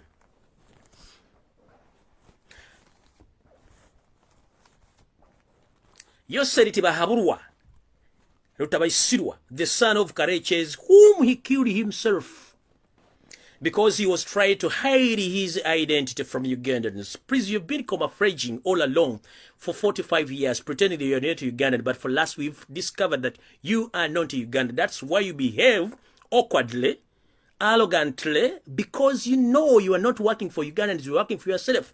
You came to Uganda to steal, to destroy the future and all natural resources of Uganda. So in this meeting, Yosef Tabasirwa, the son of Kareches, said, he was the first to raise the hand. He said that he preferred the Electoral Commission chairman to announce him with 68%. The second participant was Janet. She was Janet Kembabaz. She said that Museveni should win with 71%. In the same meeting, Muhoozi and Salimu Sale raised their percentages. Salimu Sale, before raising his percentage, he said that we want to show opposition that we hold guns and powers. So, to frustrate these people and to show the international community that we are in control, Simon Babakama should announce Yosef Tabasirwa as a winner with 81% of votes.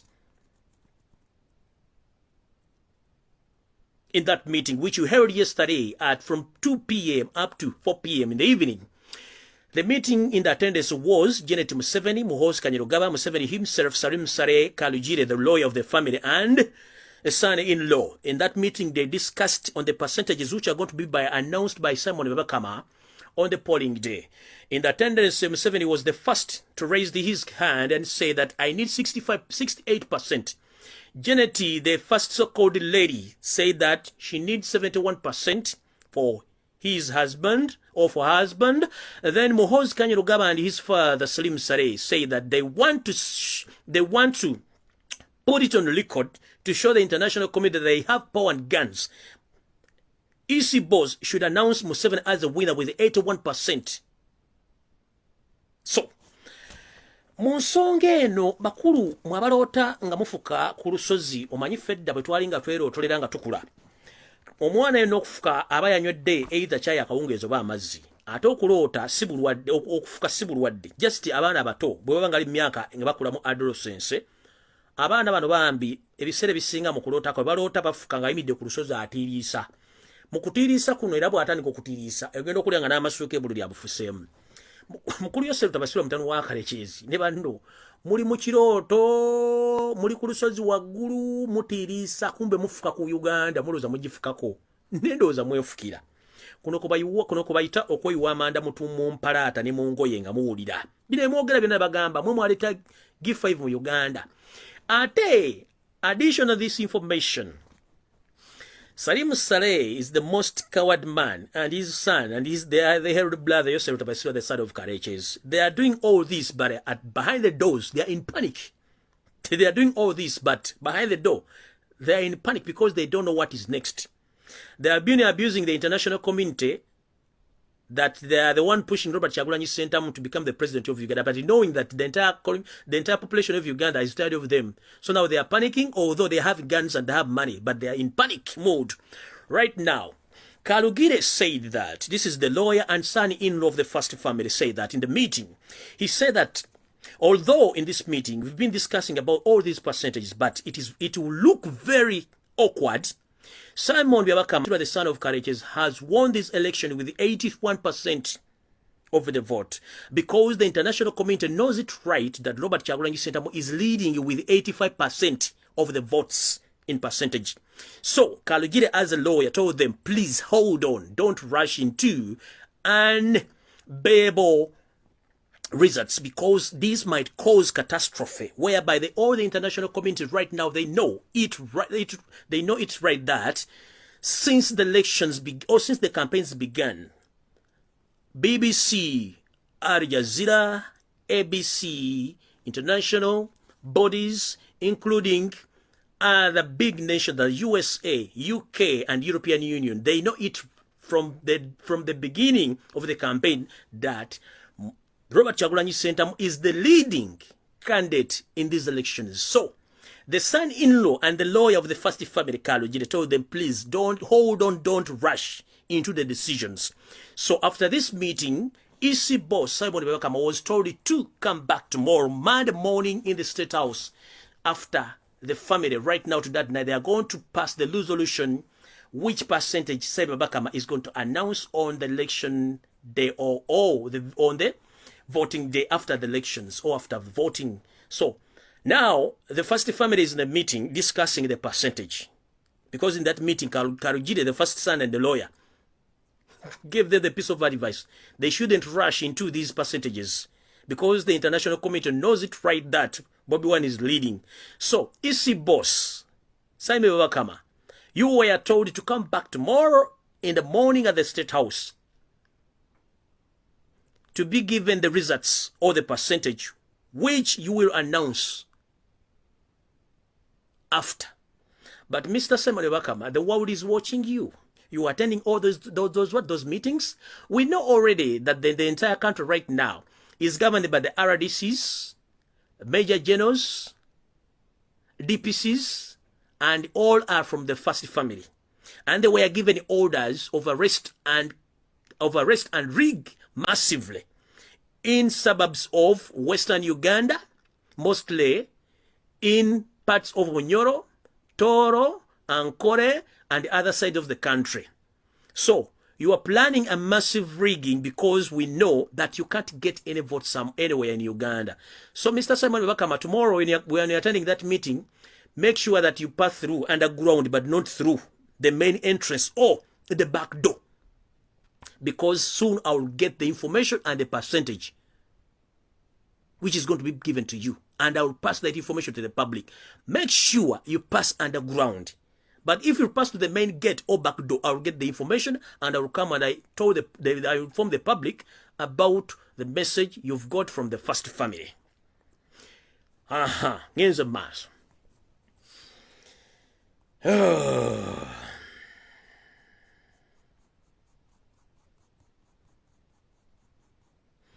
nakano mukanotinge oluvannyuma lwakalonga tukalonze ku lunaku lwennyini njagala mumpulirize bulungi oluvannyuma nga tumaze okulonda akantu kano kennyini akalunga Robert Kyagulanyi Ssentamu akawangudde naye nga bagenda kulangirira Museveni era SFC ne State House nga bagenda okulangira bivudde mu kulonda balina ekiboozibozi ekyokumalwa nga banywerako emberengezi n'ez'amawogola kibagenda otandika okunyumya mumpulirize bulungi nnyo balina ekiboozibozi ekyokumalwa oba kibalira ku mpuuta wano ku kabuusu nga batudde ku kkubo kibagenda okunyumya abagenda okinywa bye baani abakulu mu magye bagenda okuvaayo kutandika okwerogoza ng'abaliko lubaale w'embizzi nga bagamba nti Museveni yawangula akalulu kino kigenda kutwaliramu ne babbuloga ba NRM mugenda okulenga batandika okweyogeza ebigambo bitakwatagana ng'empale za mukama waabwe Museveni nti Museveni awangudde akalulu kano nga ne EC oba EC tennalangira bivudde mu kulonda era bagenda kuleta eboozibozi okutandika okumala mu bannayuganda amaanyi okubalaga nti yose tubasula wangudde akalulu kano naye njagala baga ekiga kimu fe akalulu kaffe tukalina nabagambye ennyanja esigala nnyanja ne bw'ogisenako amazzi tegaggwamu tukulidde ku Lake Victoria tunywa amazzi gayo tekalanga mugende mulonde mu bungi ate musigale mukuuma akalulu kammwe Museveni talina kkomera lisobola kusiba abantu miliyoni 45 kubanga n'amagye galina tegawula mitwalo wadde mitwalo 4 galina kuna n'amagye emitwalo nagagamba already emitwalo 35 giwagira bannayuganda n'enkyukakyuka ekyo takimanyi kati njagala mugende mu bungi muyiwa akalulu kano njagala bulungi mugende mukuuma akalulu kano agamagye n'emmundu babatiisatiisa bya bwerere tekyo bagenda bakola mugende mulonda akalulu ono balete amagye gaye bana bali embizzi ku kabuusu batandika okunyuma ebibuuzo Museveni awangudde nga nekyama balangirira aba ena ba bloggers obana banasime ba ideologies mbikoze bite bana bafu batandika okuleta ebibuuzi by'amalwa nga banyumya emboozi ez'ekisiru Museveni awangudde awo ndo wenfundikidde emboozi y'amawulire nga njagala genda ku mwannyinaze Nakangubi full figure ovuddeyo n'okola video n'oteekamu erinnya lyange n'oteekamu Robert Kyagulanyi Ssentamu erinnya era n'ovuma family bubi nnyo n'ogifuma nze ndowooza nno mu byobufuzi ebiseera ebisinga twetaaga twogere ideas so si kuwaayira nakonjera bigambo bitakwatagana ng'empale za mukama wo Yosef Tabasira mutano wa Kalekyezi mwannyinaze Nakangubi full figure nalina kwesonyiwa kubanga nkumanyi nnyo lwakuba saagala kwogerako kuba nalina kwesonyiwa manyi solewo nalina kwesonyiwa naye ebigambo byoyogedde tebinsanyusizza nze nno gwola abasiri mu ssiru nga bw'olowooza nsobola okuwemula kubanga nkulinamu PhD nsobola okuvuma ne nkujjamu n'empale y'omunda kubanga nnamu diploma nsobola okunoonyerezaako ne mmanya n'ebikuli waggulu mu magulu ago naye sisobola kubyogera kubanga abantu abalaba information eno bantu babuvunaanyizibwa balina abaana balina okuyiga ebyobufuzi n'okumanya engeri amawulire gye gatambulamu ekyo sisobola kukikola okujjako okugaba ebigambo bino byammanga full figure bw'obanga ogobanga musajja munno olekanga mwezi n'akuzza tewali munnayuganda atasobola kuwemula taliiyo teri munnayuganda atamanyi kitundu kya mbiri bakiyita ng'akibisseeko oba ng'akyambudde teri munnayuganda atasobola kwogera kiga ate tunyiga tupangulukka ne mukama wo Yesu Tabasira mutano wa Kalekyezi amanyi tuyita idiots embizi ebiyenje ne tusirika ate naye awemula tukimanyi okuwemula kyovula abantu ffe ne bw'otuwemula tetukyalina kye tusalaleero naye okuwaayiriza omuntu n'oyogera ebigambo nze ontaddemu nga sikuwogera maze ebbanga w'emyaka emeka sikuwogerera kuba sirina budde bwo naye njagadde kugamba ebigambo bino omanye nti nina bingi nnyo pulufiga ogenze n'ogamba nti nno Robert Kyagulanyi Ssentamu sime biki njala kubuulira Robert Kyagulanyi Ssentamu ng'oggyeko kumanya nti Bobi Wine tolina ky'omumanyiko wadde singo not tolina ky'omanyiko Robert Kyagulanyi Ssentamu omaze 10 consecutive years nga toyimba nga terina akulanga mu kivulu njala kubuza full figure wali obaddeko mu firebase ame oba firebase crew wali obadde Robert Kyagulanyi Ssentamu nga asasula ettaka ku wazimba ennyumba wali oguze kakasawo ka sementi nga n'olunaku lwasooka ogenda oba olunaku lwasooka ogenda mu makaage lwagenda n'omuvubuka simanya ayimba genda ogule emmotoka ne mugendayo wagenda nabisirika nebigoye bifu nga babi ategese ekyemisana gye tuyita buffet n'ogendawo okulya kwera emmere wagisenera wayogala gitwala mu kaveera ensi neekulaba ng'olufaanana bubi nnyo tolina ky'omanyi ku Robert Kyagulanyi Ssentamu na famire ye oyogedde ebigambo bingi okwagazaako okudimiininga Robert Kyagulanyi Ssentamu naye tomumanyi bw'abanga babi tamanyi Kyagulanyi bw'abanga baganda be tamanyi Kyagulanyi n'abayimbi bayimba nabo kati gw'otandika okumanya Robert Kyagulanyi Ssentamu tomumanyi naffe kennyini bamwogerako tetumumanyi ffe tumuyinamu ssubi nti agenda otutuusa mu Uganda empya naye okumumanyira nti nkiddamu omaze emyaka 10 plus nga toyimba tebakulanga naye mu kivulu Robert Kyagulanyi Ssentamu gw'omanyiira alina kati ennyimba zafulumiza olwaleero weeziri zitunda kiki omumanyiko tolina oba oli n'omu ku baganda be wayagalako, he's less concerned about that. Kubanga ggwe okuba munyumya emboozi nga muze tulina if story tumumanyi. Full figure Kyagulanyi tomumanyi. Kyagulanyi gw'ogamba mbu simanyi asooka kulaakulanya ghetto. Singa teyali Kyagulanyi kwogera Kamoocha yateekawo studio ne badazadde be mukuyizaawo. Wandibadde omanye Kamoocha. Kyenkubuuza. Robert Kyagulanyi Ssentamu abayimbi baakutteko obamanyi obungi kyembuuza. Muyimbi ki gwe wali oggyeyo gwe mu kibiina kyo oba olina ekibiina kyo n'omuteeka ku nsi nti wuuyo ayimba? Tomulinaawo. Wali okozeeko bandi? Togikolangako. Wali okozeko studio nga mulimu n'akazindaala akalema tokikolangako. Tukimanyi bulungi n'emmotoka zonna z'olina zonna toyina kaadi yazo bakuwa mbuyinza kuvuga stand. Tukimanyi bulungi nnyo. Nze gw'olumba sina buzibu naawe wabula neesonyiwa. Kyenjagadde kugamba nti va ku Robert Kyagulanyi Ssentamu, mind about your business. Abaana bavuma tuvuma nze nsobola okuvuma bakuteekao ne water. Nze ndi muvumi ndi wa bbaluwa. Lwakuba nti nina respect ndaba na family tulina abakoona b'emikwano tulina abantu abakulu baba information otherwise nandi kwambudde njala kugamba ekigambo kino.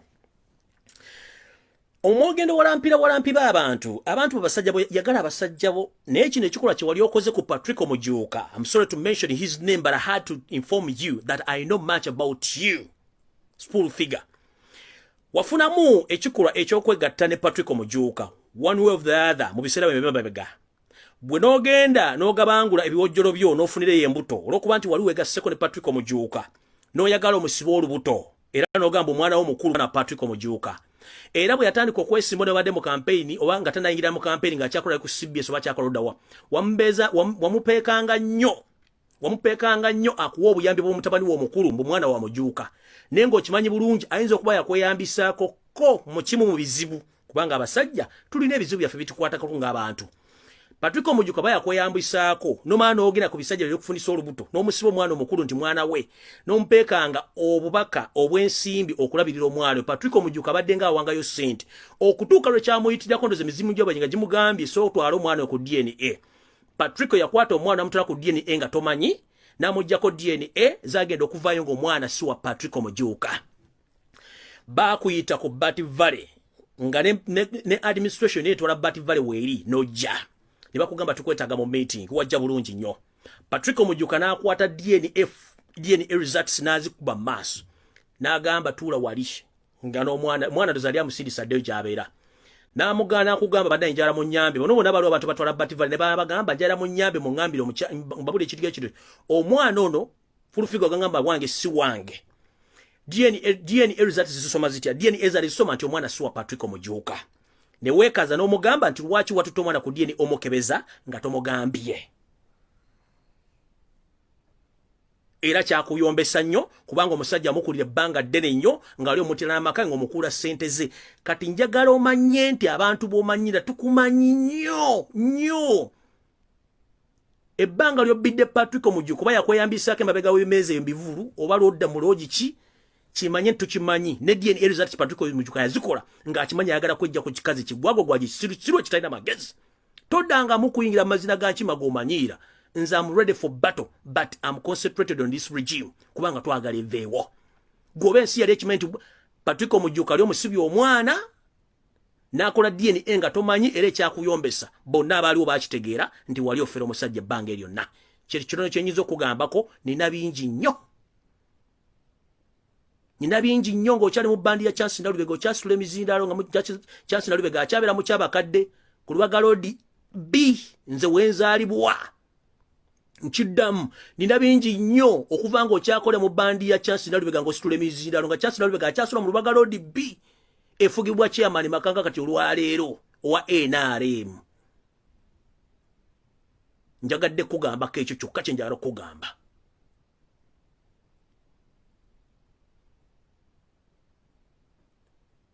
Toddangamu kummanyiira era tokiddangamu ne Kyagulanyi mujja mu kamwako lya ssente zo buulira abantu NRM byegenda okukola so sikumanyira Robert Kyagulanyi Ssentamu he is responsible about your problems. Si yakugamba ozale buli kiyeje kyosanzeemu olidde mukulu buulira abantu NRM byegenda okukola naye gwe bwogenda n'ojja n'ozira Robert Kyagulanyi Ssentamu yakulira ki? Ekizibu tulina ekizibu n'abantu abamu beefula temuli baganda nga temuli baganda. Gwe kenyini wano bakubuza kitawo n'omwegaana n'ennyo kuwavaayo ne kitawo nalabika. Ekirala kiri bwe kiti omuntu bw'aba yakusinze aba yakusinze. Musajja munno bw'akusinga ekigere togiyita njovu. Nkiddamu.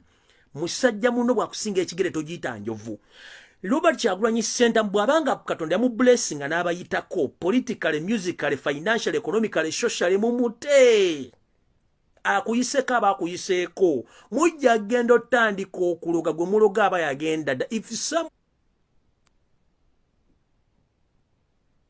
If someone, he or she indeed is blessed, even if you spend billions and billions of money stopping him on all his activities, you are wasting your time. Robert Kyagulanyi Ssentamu is more blessed than any other musician in Uganda. Politically, socially, financially, economically, religiously, the guy is blessed. Kyagulanyi talina muntu gwe yaganye kwata sente gula acres 12 kuzimbako nyumba. Kyagulanyi talina musician gwe yaganye kuzimba kalina. Kyagulanyi talina musician gwe yaganye kuzaala baana. Kyagulanyi talina musician gwe yagambye kwegatta mu byabufuzi. Kyagulanyi tabagana ngakukulabirira baana bammwe. Kyagulanyi tabagana kusula mu biwunya, tabagana kusula mu mazzi, tabagana kwegaddanga nga baliko lubaale. Kyagulanyi talina gwe yaganye kukola kintu kyonna. In fact, n'abantu mubadde ku blessing bwategeka ebivunde mujja ne mutundawo emirondo gyammwe emwanyi obupiira bugali mpita wane ebintu okufunako ekyobulamu.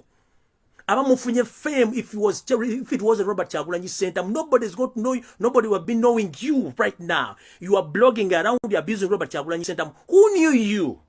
If it wasn't Robert Kyagulanyi Ssentamu with the people power, ani andibadde akuwa bargaining power kutuuka gy'oli? If I may ask, teri yali akumanyi. You should appreciate bango oli munjoro ganti, please let me appreciate this man. Tewali yali akumanyi. Including me, nobody who knew me. But it was Robert Kyagulanyi Ssentamu. Public okujja okummanya. Okitegeera? Abantu amulumba Robert Kyagulanyi Ssentamu siya basipambula mu bwamwe. Abale mufuna sente zammwe muzigula mu motoka. Bamufuna sente zammwe muzimalira muloji mbakazi. Bamufuna sente zammwe mugenda bulaya kukwana. Bamufuna sente zammwe mugenda zikola mu masabo abala mwafu okuloga kwa bafuukira okuloga. Abala mufuwe minde mbiri zabafuukire mindi. Owulira abala mugenda kulaluka kankubuulire ne bwologo omuntu nga togenda musanga. Ne bonofuwe mindi ne kuyita mu matu n'eviri ne zimyuka ne zifuka za kyenvu togenda kusanga Robert Kyagulanyi Ssentamu. He is blessed and protected by God. Museveni banakuwa billions and billions of money to fight Robert Kyagulanyi Ssentamu. You want to win him because he's blessed and protected and he is loved. You are paid to abuse him. We are not paid to protect him. All the state machineries and state financed are focused Robert Kyagulanyi Ssentamu. Robert Kyagulanyi Ssentamu, he doesn't even spend a single coin to protect his family and his properties. He's just there on the sake of God. So don't you see the difference between someone who is forcing himself to be blessed and someone who is blessed? Please, grow up. Wake up before it's too late. Eyakusinze aba yakusinze. Ne bw'ono okola tonakyogera mugamba. Tonakyogera mugamba. Kyagulanyi bw'abanga ina ensawo y'amanda emu n'agitunda asobola okujja mu billions. Gwe ne bakuwalola y'amanda tosobola gijjamu wadde akasente. Kyagulanyi talina buloga gw'asasula mu baba basasula onodde babwana emmotoka. Kyagulanyi bantu bazze ku campaign talina gwagulidde mafuta abantu bagasasudde. But let me inform you this last nkubuulire. This man is blessed. Kino kijje kunze. Robert Kyagulanyi Ssentamu 14 agenda fuuka president wa Uganda. Netugenda kulaga. This is my idea kanje kugamba ate ngenda kwapeninga. Uganda batubanja billions and billions of money in debts ku international level. But within the 2 first year banda Uganda kabere mwana muto tugenda kwata sente tusasule debt ya Uganda tugisasule within the starting 2 years. Uganda ebere omuntu anasoboka ajja kwata omutwalo 15 abakakade bagenda kawa tusasula abazungu sente za bazonna tuzimalejo free of charge because of Robert Kyagulanyi Ssentamu and the love jetulina. Nkiddamu abantu be Singapore Malaysia basasula government ye bali bagala bwe yajja mu buyinza. Singapore Malaysia bali bagibanja billions and billions of money mu World Bank MIF. Omukulembeze gwe bali bagala bwe yajja buli muntu yakwata sente za Uganda omutwalo gumu ne bazisasula buli mwezi nga basasula omutwalo gumu. Malaysia ne sasula ebbanja mu mwaka gumu ne liggwa. Malaysia tebagibanja kyovula nti ekula eringanga bisagaze edduka.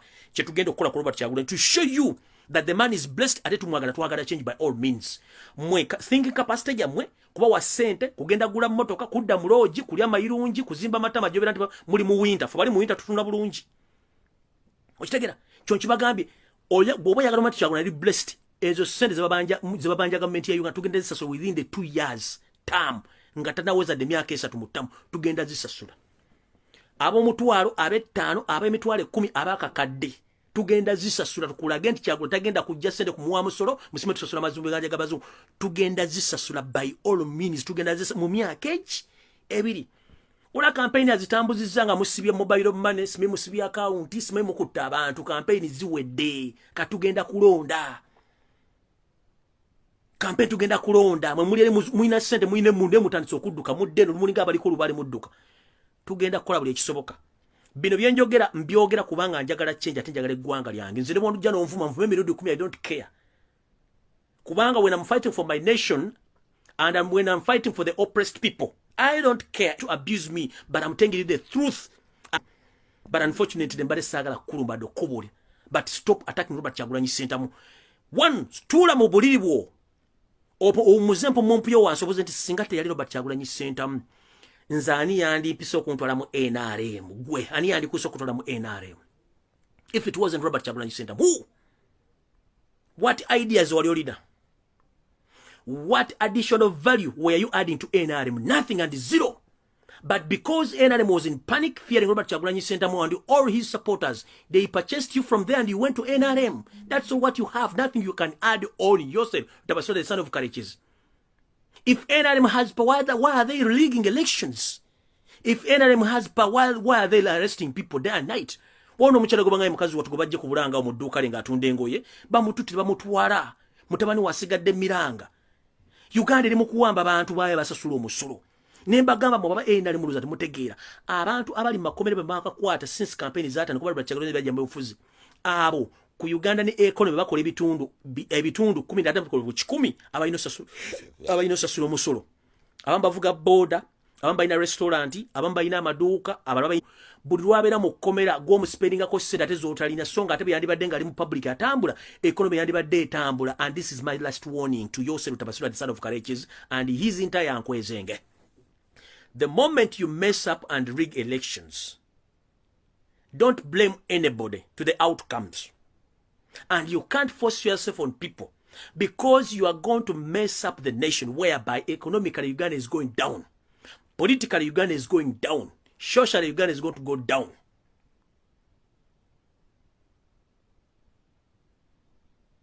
So please don't force yourself on Ugandans. And don't use any kind of excessive power on Ugandans. Because we are tired of your regime. And your ignorances, your arrogance, intimidation, and killing Ugandans. Please, mugende mujje obukonge bwammwe, mugende mulonde mbungi, mukuuma akalulu kammwe. Enjawulo gye tulina bano babbe tulina bwe tugenda bakwatira. Enjawulo gye tulina buli muntu anakyunyizibwa abagenda okuddamu ebibuuzo weebali. Nalabye omumpembe alina otulevu otuwanvuyirivu nga yogera ebiga bitakwatagala ono yakulira amakomera. Mukulu Simon Byabashaija oba ye Simon Byabashaija omukulu w'amakomera mmanyi nti one time naawe ogenda kufuukako omusibe ali mu kkomera omwo. Muina arrogance eyogera mu bannayuganda nga mulinga abalowooza nti ensi mwanjigula. Byabashaija oba Byabashaija oba Byabaki mukulu njagala respecting ekisooka respecting amateeka. Ekyokubiri respect your family. Ekyokusatu twetaaga ebintu ebikulaakulanya eggwanga zani okukola ki okutta abantu. Ojja kuba mu kkomera ng'olina okuddamu ebibuuzo ate ng'olina by'olina okuddamu eri eggwanga n'abantu ba bulijjo. Nze nno sigenda balwisa mukama bankumira takumira mpeera n'akulabako akatono aba akyadde mukkiriza okugenda kwange enswaswa etayanula yereega engalabi kangende mpumuze engalabi yange nga n'obudde bukyali era wetugambira nti Dawudi budde butuuse wetugambira nti nsanze omukadde ejjo byanga anoga ejjobe lye gwe lyo lyakula ddyo ddisiga otandika oddikola kyoddinoga munnange nno atali okutambulira ku sibira y'amenvu mundeke nange ngende mpumulemu naye temwerabira ngenda kuza omwezi 14 omukulembeze Robert Kyagulanyi Ssentamu ali ku fecha namba 5 mulonda n'emirembe tosaza mu kalulu ka Yosef tabasira mutano wa kale kyenziti nga Kyagulanyi ne Manvuuli abakulembeze bonna tubalonde tubateke kyenkanye abantu baffe bennyini ababuliziddwawo kitadonye kya Muganda Feseru Nkuuma n'omukyala gwe bakwatidde ku bulange obawambira bamutuwala mama yonna gyoli tukusabira naye nga tugenda tutandika okunoonyereza baani abakututte n'olwaki bakututte njala kumaliza nga mbagamba nti olwaleero ebadde special edition naye olw'okuba twagala kukyusa ggwanga program y'olwessande ebimuli mu Bulange Emmengo ngenda giyimirizaamu mpaka nga tuyingidde ensi ensuubize nkiddamu